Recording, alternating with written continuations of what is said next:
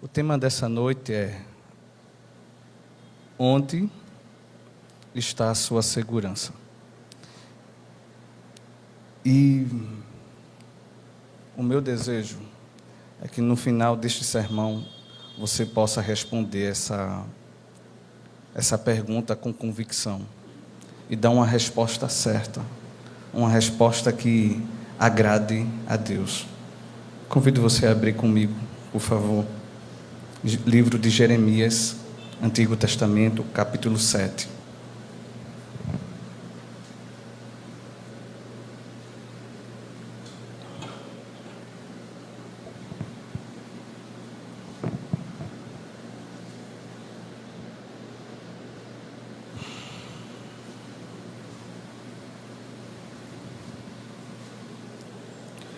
Livro de Jeremias, capítulo 7, nós vamos ler do verso 1 ao verso 15.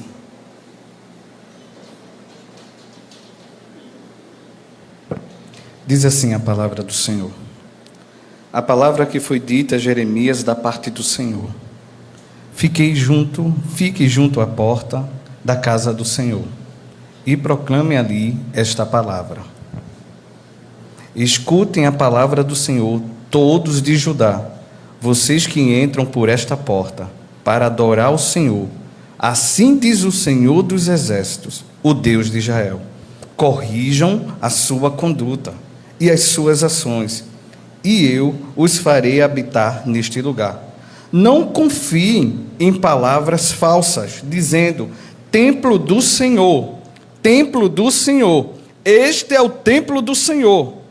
Mas, se de fato emendarem, que significa corrigirem, os seus caminhos e as suas ações, de fato praticarem a justiça, cada um com seu próximo, se não oprimirem o estrangeiro, o órfão e a viúva, nem derramarem sangue inocente neste lugar, nem seguirem outros deuses para o próprio mal de vocês, eu os farei habitar neste lugar, na terra que dei aos pais de vocês, desde os tempos antigos e para sempre. Eis que vocês confiam em palavras falsas, que não servem para nada. O que é isso? Vocês roubam, matam, cometem adultério e juram falsamente. Queimam incenso a Baal e seguem outros deuses que vocês não conheciam no passado. E depois vêm e se põem diante de mim neste templo, que se chama pelo meu nome, e dizem: estamos salvos. Sim, só para continuarem a praticar essas abominações. Será que este templo, que se chama pelo meu nome, é um covil de salteadores, ou seja, de ladrões, aos olhos de vocês? Eis que eu mesmo vi isso, diz o Senhor. Mas vão agora ao meu lugar que estava em Siló, onde no princípio fiz habitar o meu nome, e vejam o que lhe fiz, por causa da maldade do meu povo de Israel. Agora, visto que vocês sabem todas estas obras, diz o Senhor, e eu falei muitas e muitas vezes, mas vocês não me ouviram. Chamei, mas vocês não me responderam.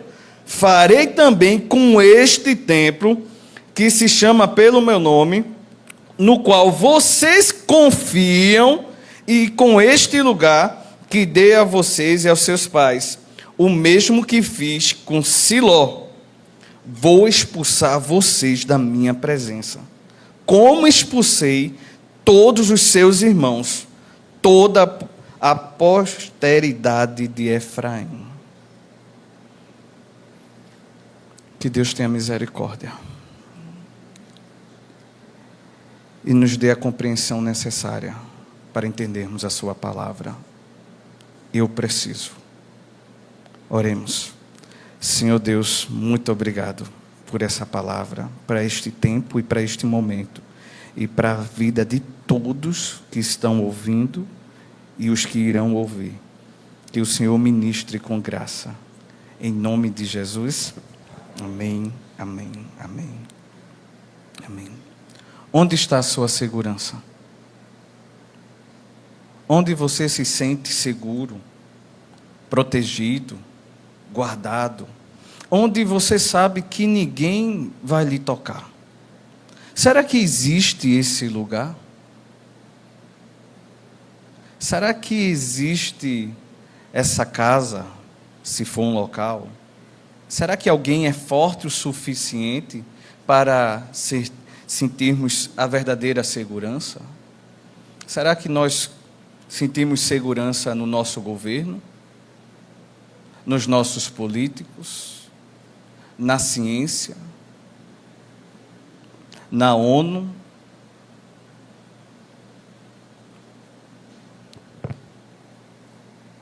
Essa é uma pergunta provocativa para entendermos onde está a sua segurança. Irmãos, o profeta Jeremias estava preocupado com isso. O capítulo 7 fala de uma segurança real e uma segurança ilusória, aparente. Jeremias, ele nasceu de uma família de sacerdotes. Iniciou seu ministério profético. Ele viveu em um período extremamente turbulento do Oriente Médio, muito, muito difícil. Ele testemunhou o colapso do Império Assírio, ele viu o crescimento da Babilônia, ele também viu a desintegração do reino de Judá. Tempos sombrios, tempos difíceis, e o profeta viveu isso. Ele acompanhou os reinados do rei Josias, Jeoacás, Jeoaquim, Joaquim e Zedequias. Esses reis de Judá. A mensagem de Jeremias caracterizava-se por sua ênfase no julgamento divino que estava iminente, estava para chegar a qualquer momento. Mas muitos não deram crédito à sua pregação. Suas profecias procuravam conduzir o povo ao arrependimento, advertindo sobre a Babilônia, que seria um instrumento de castigo divino, o povo do norte. Mas a profecia, a palavra, entrava em um ouvido e saía, e vida que segue no reino de Judá. Os primeiros capítulos, do capítulo 2 ao capítulo 6, são sermões proféticos, onde o profeta lamenta os pecados de Judá e adverte sobre o julgamento. O terceiro sermão, esse capítulo 7, ele é conhecido como o Sermão do Templo, e nós vamos entender isso. Esse capítulo 7 ao capítulo 10 é o terceiro sermão, e expressa a tristeza pessoal de Jeremias diante do pecado nacional. Você já sentiu tristeza por algo que está acontecendo nacionalmente no Brasil? Onde você não consegue fazer nada, apenas ver, sentir e sabe, opa, acho que tem alguma coisa errada nisso aqui que eu estou vendo, e você não sabe o que fazer, e você fica triste, e às vezes talvez preocupado com o futuro dos filhos, dos netos. Jeremias sentiu essa tristeza pelo pecado de Judá. E ele detalha a hipocrisia e a idolatria do povo. Mas quem era o rei que estava quando Jeremias escreveu o capítulo 7? Os primeiros capítulos. O primeiro rei que estava governando a nação de Judá era o rei Jeoaquim. Um rei que reinou de 608 a 597 aproximadamente. E durante o período coberto pelos primeiros capítulos de Jeremias, ele foi o 17º rei de Judá, o filho mais velho do rei Josias, um rei que agradou ao Senhor. E ele se colocou no trono por meio de uma intervenção do faraó Neco, o faraó lá do Egito, após a morte do seu pai. Qual era o caráter desse rei? Como esse rei estava conduzindo a nação? É necessário entendermos isso? Sim. O caráter de Joaquim foi marcado por ser um caráter contrário aos princípios divinos. Ele foi um rei ímpio, um rei que não temeu ao Senhor. Ele rejeitou a palavra do Senhor. Esse foi o rei Jeoaquim. Ele rasgou e queimou o rolo contendo as mensagens do profeta Jeremias e mandou prender o mensageiro. Além disso, sabe o que esse rei fez? Ele mandou matar o profeta Urias, porque sua mensagem contrariava os seus interesses, os interesses do reino. Eu não quero aquela voz falando aqui, não, nas ruas de Jerusalém, não. Manda matar. O profeta Urias soube disso e fez o quê? Fugiu. Foi para o Egito. Aí o rei Jeoaquim não deixou por isso, não. Ele pegou, levantou uns guardas, foi até o Egito, encontrou e trouxe e matou. Está lá em Jeremias capítulo 26, o verso 23, que diz assim: eles trouxeram Urias do Egito e entregaram ao rei Jeoaquim, que mandou matá-lo à espada e lançar o cadáver nas sepulturas do povo simples. Veja o caráter desse rei. Veja o caráter. Esse era o tempo, a sociedade que se levantou o profeta. Era uma sociedade fácil, igreja? Era não. Seria difícil para mim e você viver naquele tempo e ser fiel ao Senhor? Seria. Seria não? Eu acredito que seria. Então, e como a cidade estava? A cidade de Judá neste período. Quanto ao povo de Judá, a situação era de rebeldia persistente. Rebeldia. Ignorava as advertências que o Senhor havia enviado por meio do profeta. O povo de Judá, sob a liderança de uma nação rebelde, de coração endurecido, havia se voltado para a idolatria após o período do antigo rei Josias. Era um povo violento, matava. E diante disso, Jeremias, no capítulo 7, apresenta o célebre sermão do templo, onde o profeta confronta a falsa segurança religiosa de Judá diante daquilo que Deus desejava para a nação. Vamos falar agora sobre essa falsa segurança, encontrar no texto. Primeiramente, irmãos, o que nós vamos ver é a segurança religiosa no templo pela nação de Judá era uma ilusão. E eles não conseguiam ver isso. Uma ilusão. Uma falsa segurança. Uma segurança religiosa no templo. É isso que o profeta, ele está gritando. Ele está anunciando. O profeta se coloca na porta do templo. A igreja pode ler comigo o verso 1, por favor? Agora eu vou pedir a participação da igreja acompanhando, tá bom? Vamos ler o verso 1. Palavra. O verso 2. E proclame ali esta palavra. Escutem a palavra do Senhor, todos de Judá. Vocês que entram por estas portas para adorar o Senhor. Assim diz o Senhor dos Exércitos, o Deus de Israel: corrijam as suas condutas e as suas ações, e eu os farei habitar neste lugar. Veja só, o profeta se colocou no local mais estratégico. Mais estratégico. Imagina que todos os irmãos que entraram aqui neste templo tivesse ali na porta, ou um pouquinho mais adiante, alguém gritando. É você entrando e alguém estava gritando lá, condenando, mostrando o pecado de Judá, e todos estavam entrando no templo. Veja que coisa, veja que situação. Deus colocou o profeta nesta situação porque naquele local era um local público, era um local onde havia um grande tráfego de pessoas. Era a entrada do centro ali, podemos dizer, de todas as pessoas do comércio, tinha que passar pelo centro, tinha que passar pelo templo. O portal do templo recebia todo o tráfego daqueles que faziam negócios no templo, incluindo qualquer pessoa que estivesse trazendo sacrifício. Todos que estavam entrando no templo estavam sabendo que Deus estava falando por meio daquele profeta. E você imagina como os sacerdotes ficavam com isso? Como os nobres ficavam? Como o rei ficava diante disso? Alguém que estava ali denunciando o pecado da nação.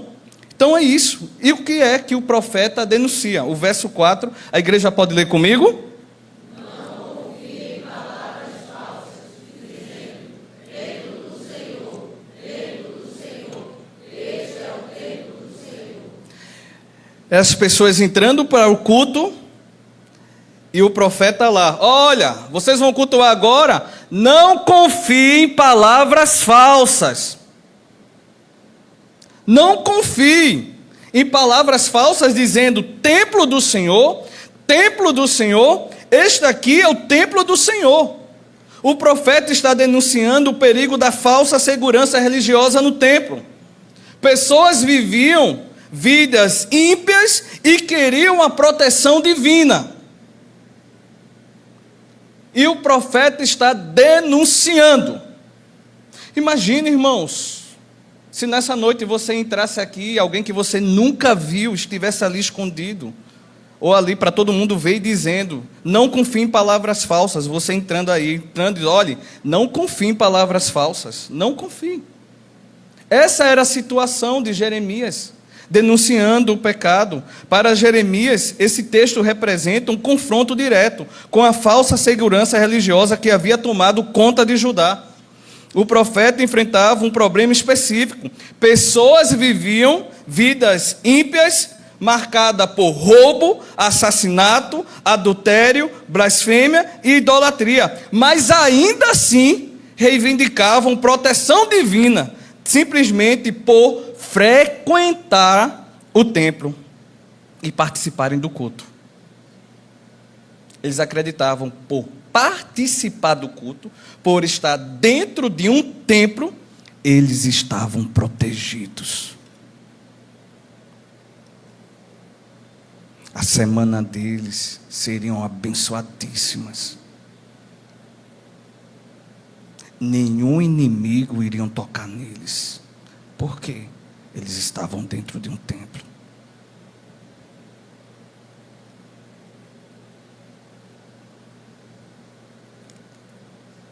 Essa era a missão do profeta. E o Antigo Testamento, o templo, dentro da cultura, funcionava como um espaço sagrado, onde a presença divina se manifestava. E como é que tem um profeta dizendo para não confiar nas palavras falsas? Se o templo significava a presença de Deus. E olha, irmãos, tem uma repetição de forma enfática.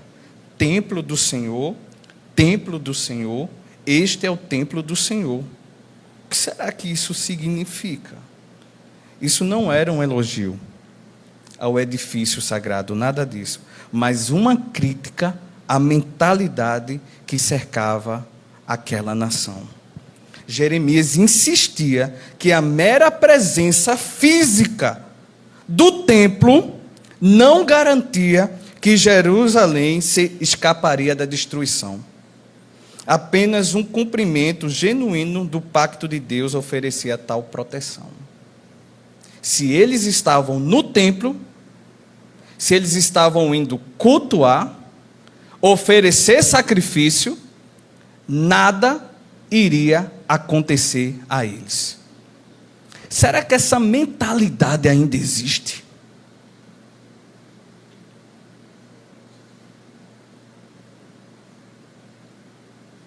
Será que essa mentalidade ainda existe, irmãos?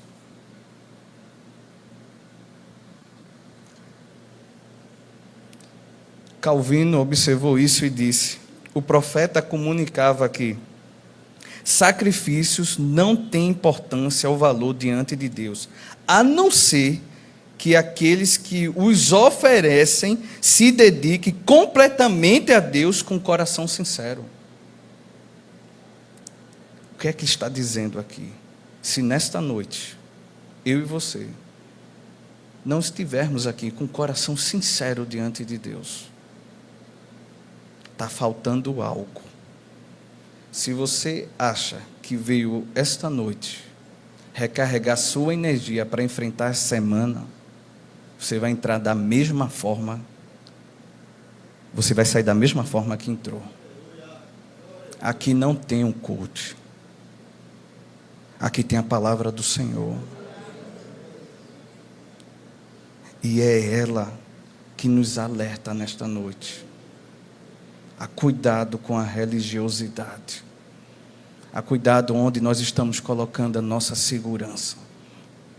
O profeta estava gritando. Enquanto os judeus confiavam num prédio com os seus rituais e tradições, Deus desejava apenas que a religião interior que produz frutos de conduta santa. Enquanto eles estavam lá preocupados com o prédio, Deus desejava um coração sincero. E veja só o que acontece agora. Ele continua agora dizendo o verso 8. A igreja pode ler comigo o verso 8, alertando a todos que estavam entrando. Pega esse fio condutor. Ele estava na porta do templo e ele estava anunciando esse sermão enquanto todos estavam transitando. A igreja pode ler comigo o verso 8. Eis que vocês confiam em palavras falsas, que não servem para nada. O verso 9.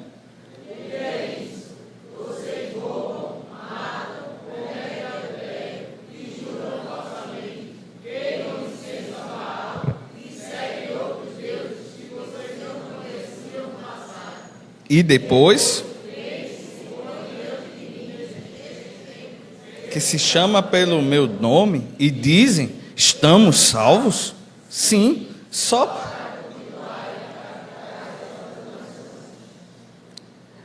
A falsa segurança religiosa está sendo combatida pelo profeta Jeremias, tentando abrir os olhos de um povo que estava cego e que estava na iminência de enfrentar o juízo divino. Ele diz no verso 11, será que este templo, que se chama pelo meu nome, é covil de salteadores, é um lugar de ladrões aos olhos de vocês? Eis que eu mesmo vi isso, diz o Senhor. A gente consegue esconder alguma coisa de Deus? Consegue esconder alguma coisa de Deus? Saber disso, no seu coração, você sente temor? Você sente temor? Aquela nação, aqueles que estavam no templo, no tempo de Jeremias, não sentiam temor da mensagem que eles estavam ouvindo. Eles não sentiam temor. O profeta aqui confronta diretamente a hipocrisia religiosa que permeia a sua nação. O profeta denuncia o povo que confia em palavras falsas, enquanto continuam praticando injustiça, revelando uma contradição fundamental entre a prática religiosa e a conduta moral. E o caráter. Uma vida religiosa dentro do templo, mas fora dessas quatro paredes, vivia como um ímpio, que não tem temor nenhum a Deus. E dizia, estamos salvos. Deus está conosco. A vitória é nossa, irmão. E o profeta dizia, não confie em palavras falsas. A segurança de vocês está na pessoa errada. Os judeus imaginavam estar seguros, porque acreditavam que Deus nunca permitiria a destruição do templo, depositando sua confiança num edifício, em vez de confiar naquele que ali habitava. É isso que está acontecendo. Jeremias vê isso como um engano perigoso. O povo rouba, mata, comete adultério, jura falsamente e adora deuses pagãos. Mas depois se apresenta diante de Deus no templo e dizendo: estamos salvos. Mentira. Não, eles não estão salvos.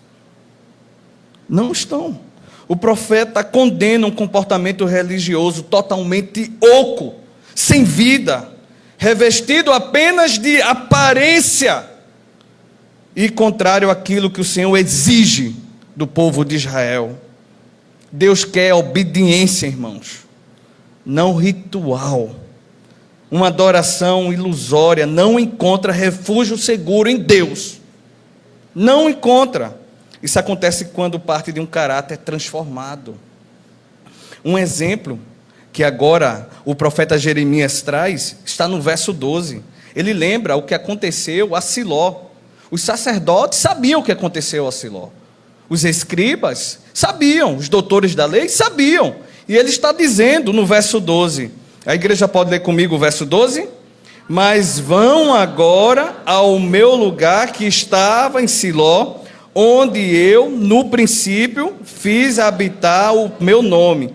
E vejam que lhe fiz, por causa da maldade do meu povo de Israel. O que foi que Deus fez em Siló?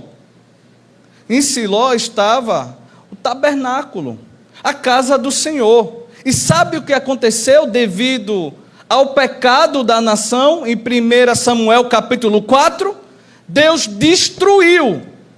Os filisteus, eles destruíram aquele local sagrado. E sabe ainda o que aconteceu? Eles levaram a arca do Senhor. Está lá, 1 Samuel capítulo 4, o verso 10 e 11. A igreja pode ler comigo? 1 Samuel 4, 10 e 11. Então os filisteus lutaram, e cada um fugiu para a sua tenda. Foi uma grande derrota, pois foram mortos de Israel 30.000 homens. A arca, os 2 filhos de Eli, Ofni e Finéas, foram mortos. O profeta Jeremias está lembrando o que aconteceu no tempo de Samuel. Por causa de quê, igreja? Da falsa segurança, da religiosidade, da hipocrisia, de viver uma vida dupla. Lá fora, vive como uma pessoa totalmente mundana, sem temor a Deus. E aqui dentro, abre os olhos e levanta as mãos, fica arrepiado e chora. E diz: Deus está comigo. Não. Deus não está com você. Ele não está. Ele não está. Isso é uma falsa segurança. E que muitos têm tido esse amuleto. Têm se apegado a isso. Deus não está. Deus não está. O templo havia sido transformado em um amuleto. E o povo não conseguia entender que o importante não era o templo, propriamente dito, mas que a sua segurança era o próprio Senhor, cuja presença se manifestava no templo. O que Jeremias está dizendo? O povo estava preocupado de assinar o ponto no templo. E que isso estava tudo resolvido. As plantações, o exército, o reino, o Senhor protegeria. Rapaz, olha, tem gente que ama fazer Deus de bobo. Ninguém faz Deus de palhaço não, viu? Ninguém faz não. Por isso que ele disse, ele colocou o profeta na porta do templo, para todo mundo lá dizer: não confie em palavras falsas. E tem muito falso profeta hoje, em muitas igrejas, em muitas, dizendo: estão salvos. Precisamos ter cuidado, igreja. E aí agora vem o juízo de Deus. No verso 13, diz assim, a igreja pode ler comigo? Agora, visto que vocês...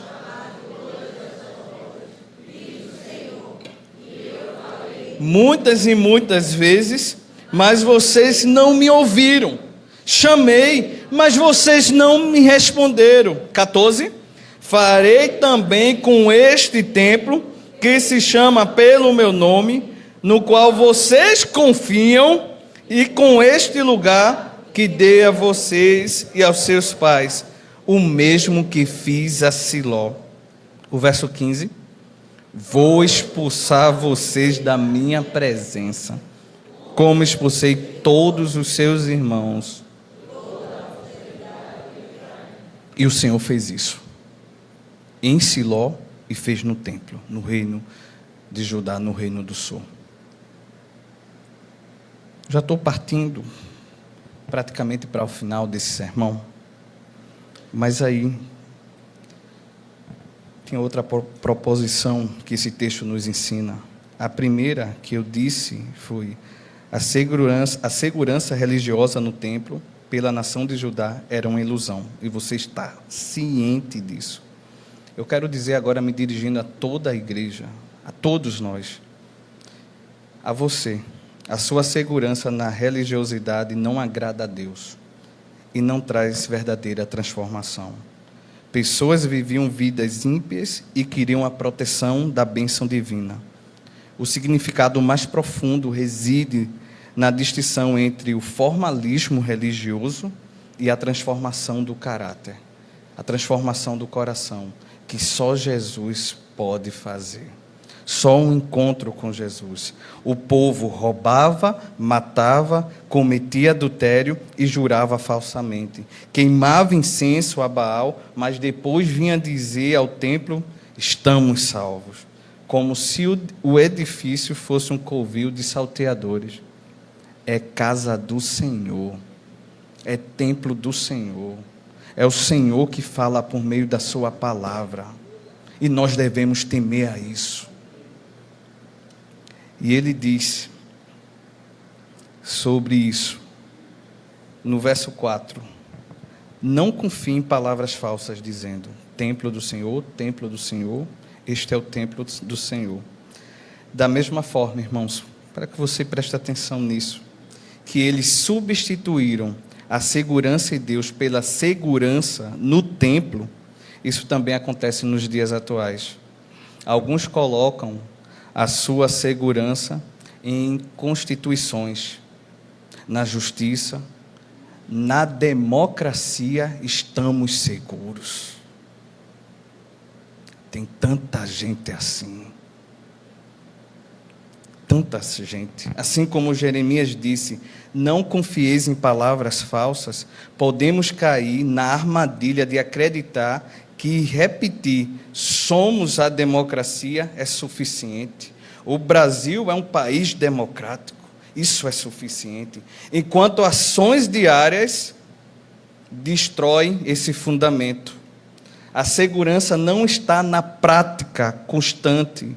A segurança está na prática constante dos valores democráticos e não na sua missão retórica, apenas de palavra. Infelizmente, nós estamos vendo isso na nossa nação. E eu não poderia passar isso e fechar meus olhos. Nós estamos vendo isso. Mas tem pessoas que confiam em nome da democracia, porque é um amuleto de segurança. Outros dizem, Deus acima de tudo. Misericórdia. Será que isso é realmente verdade? Ou é só uma frase de efeito e um marketing?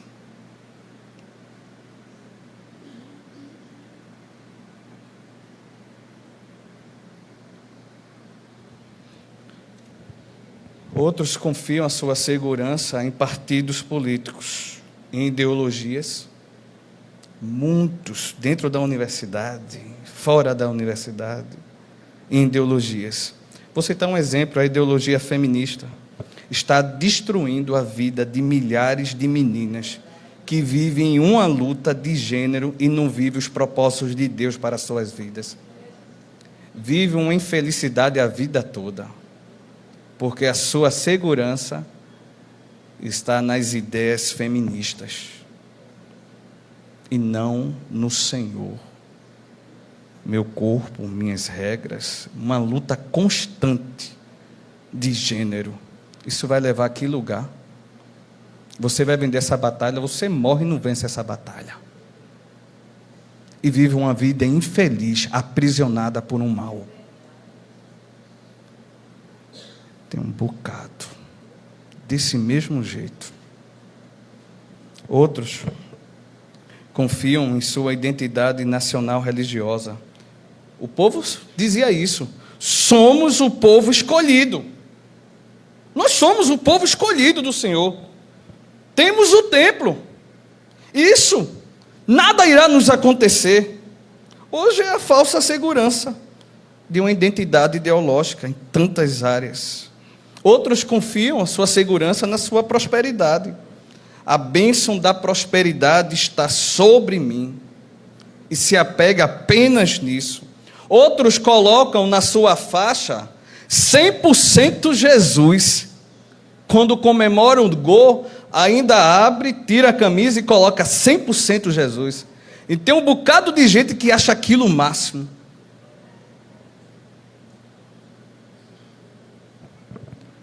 Por colocar uma faixa na testa e dizer 100% Jesus. Outros tatuam a cruz ou um versículo no corpo. Isso é suficiente para ser um cristão?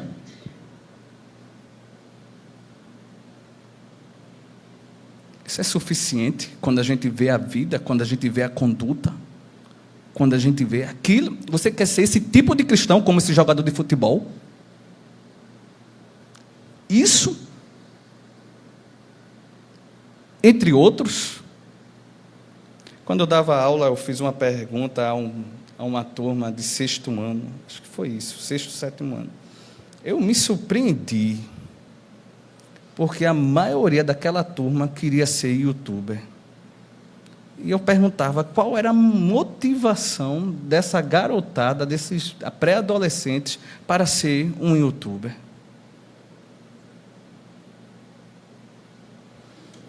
Pois bem, outros têm a sua segurança no emprego, no empreendimento que têm.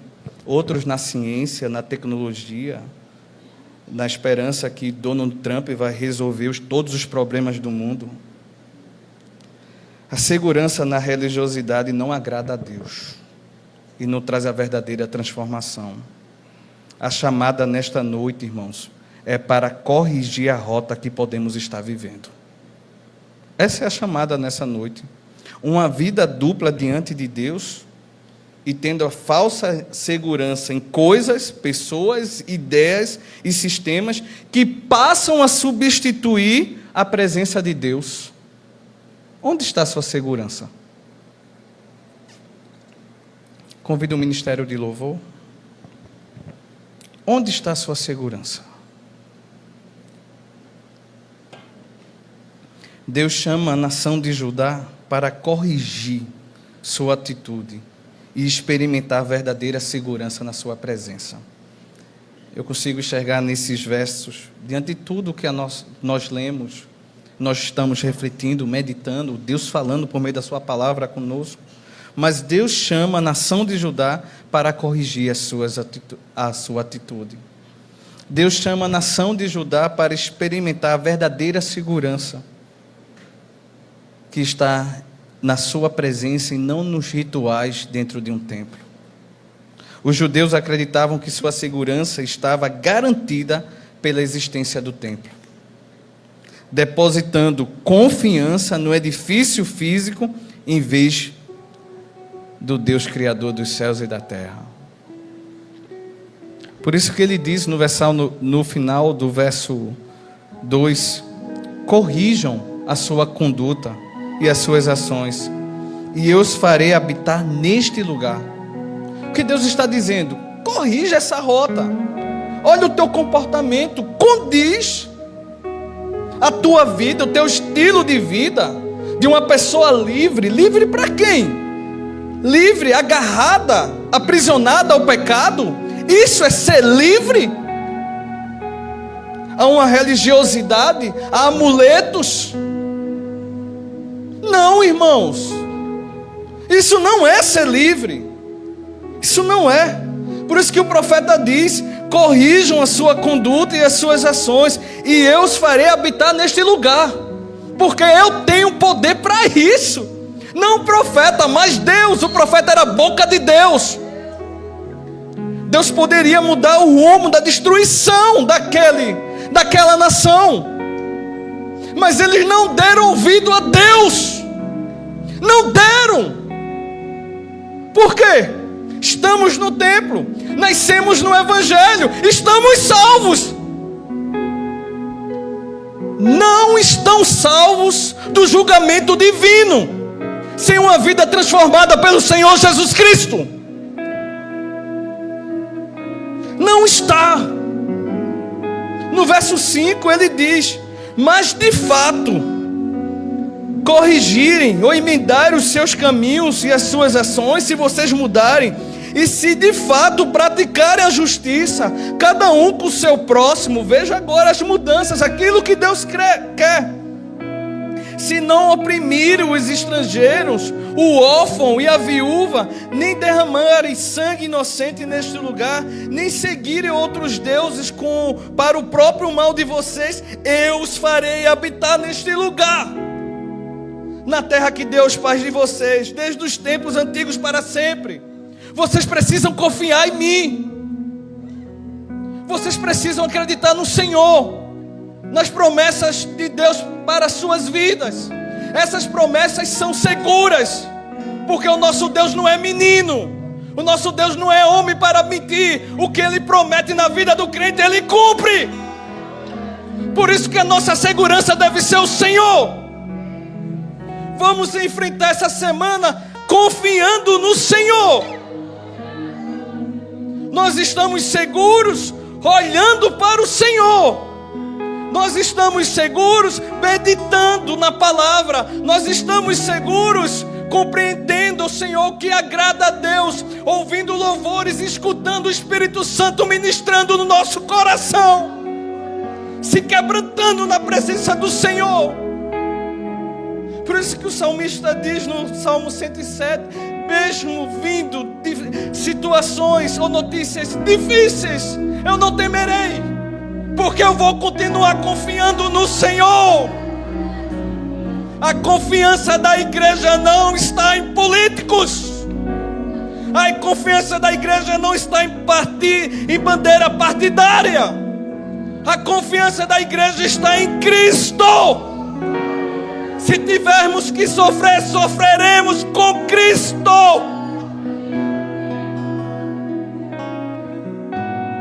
Precisamos nos apegar a Cristo. Ele é o porto seguro da sua família, da sua vida adolescente, da sua vida criança. Cristo. Você precisa confiar nele. Jeremias confronta essa ilusão religiosa com uma mensagem radical. A verdadeira proteção, segurança dependia do abandono do pecado e de praticar o que é correto, e deixar a falsa segurança de ter nome de cristão e uma vida ímpia.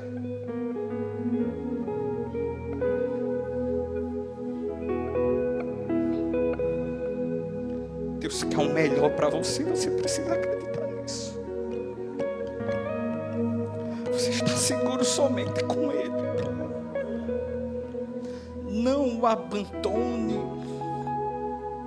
Não fique triste com Ele. Confie nele. Esse é o convite cheio da graça de Deus. Mas a nação de Judá não acreditou e foi destruída. Onde está a sua segurança? Em João capítulo 10, o verso 27, 28, o Senhor Jesus fala: e diz assim: as minhas ovelhas ouvem a minha voz, eu os conheço e elas me seguem. Eu lhes dou a vida eterna, jamais perecerão, e ninguém as arrebatará das minhas mãos. Ninguém vai tirar o crente fiel das mãos de Deus, nem mesmo a morte. Nem mesmo a morte. Aquilo que o meu Pai me deu é maior do que tudo, e da mão do Pai ninguém pode arrebatar. Sabe onde é o lugar mais seguro para você? É nas mãos de Jesus, é nas mãos do Pai. Glória a Deus. Irmão, tem uma pergunta muito séria para a sua vida, muito séria, muito séria. Você reconhece que tem depositado a sua segurança em alguma coisa, ou em alguém, uma ideia, um sistema, enfim, mais do que em Cristo? Se você reconhece isso nesta noite, é porque o Espírito Santo falou de forma especial no seu coração. E se você se arrepender, confessar a Cristo isso, que você estava cego, estava cheio de amuletos, mas nessa noite você reconhece que só Jesus Cristo é a segurança da tua vida. Você quer levantar sua mão? Alguém nessa noite reconhece que só Jesus Cristo é a segurança da minha vida, pastor? Eu estou, como diz o texto, estou corrigindo. Eu estou colocando a minha vida diante de Deus, para que Ele corrija a minha rota. Eu estou me arrependendo. Eu tenho vivido uma vida onde tenho posto a segurança, a minha vida e tantas outras coisas, e tenho esquecido de Deus. Amém, meu irmão. Amém. Mais alguém nessa noite entendeu essa palavra? Amém. Quem sabe sua segurança para jovens universitários aqui é o seu diploma, é o seu curso. Precisa corrigir isso aí. Sua segurança deve ser Cristo. Mas alguém nessa noite reconhece: pastor, eu tenho colocado minha segurança em outras coisas e tenho esquecido de Jesus. Mas alguém reconhece isso nesta noite, irmãos? Isso é uma mudança de rota, viu? Jeremias estava na porta do templo falando para os crentes que estavam entrando na igreja. Jesus quer o nosso bem. Jesus quer o seu bem. Tem colocado a segurança onde da sua vida? É tempo de mudança. Você reconhece que precisa de Cristo? Você quer aceitar Cristo como o único suficiente Salvador? Ah, pastor, eu já tenho, mas minha vida, eu não tenho vivido isso na prática. E eu quero essa prática. Eu quero viver inteiramente para o meu Senhor Jesus. Tem mais alguém nessa noite que reconhece o Espírito Santo falando com você? Você está preso a algo e você sabe que Jesus é o único que pode te libertar, que você está seguro nele. Tem alguém nessa noite, mais alguém nessa noite, que reconhece isso? Deus falou de uma forma especial ao teu coração, à tua vida. Corrijam as suas rotas, corrijam as suas condutas. Foi isso que a palavra do Senhor diz: corrija as suas ações. Mais alguém nessa noite? Tinha mais alguém nessa noite? Vamos orar, irmãos. A gente precisa. Glória a Deus. Oremos. Senhor Deus, tua palavra foi tão boa nesta noite, porque ela é a única capaz de discernir entre a alma e o espírito, juntas e medulas, aquela que nos mostra nosso verdadeiro eu. A tua palavra é aquela que nos mostra a nossa verdadeira aparência, Quem sabe nessa noite, pessoas têm colocado a sua segurança da sua vida em tantas outras coisas. E aos teus olhos estão secas, vazias. Deus, tem misericórdia. Que essa palavra continue reverberando, ecoando nos corações e trazendo frutos, Pai. Frutos, Pai. Mudanças, Pai. Essas mudanças no coração. Mudanças onde pessoas possam ouvir a voz do Espírito Santo e dizer: rapaz, por que você está mudando? O que é isso que está acontecendo contigo? Aí você vai dizer: foi uma experiência que eu tive com Deus. É o Espírito Santo no meu coração. Eu não quero nem mudar, não sei nem por que eu estou mudando, mas eu sei que do jeito que eu estava eu não consigo viver. Tu és maravilhoso, Jesus. Oh Deus. Aqueles que entenderam e tiveram a coragem de levantar suas mãos, o Senhor os ajude a viver um novo momento em suas vidas, a descansarem em Ti. Nos dá uma semana, Pai, cheia da Tua graça. Nos dá uma semana, Pai, cheia da Tua presença, Deus. Nos dá uma semana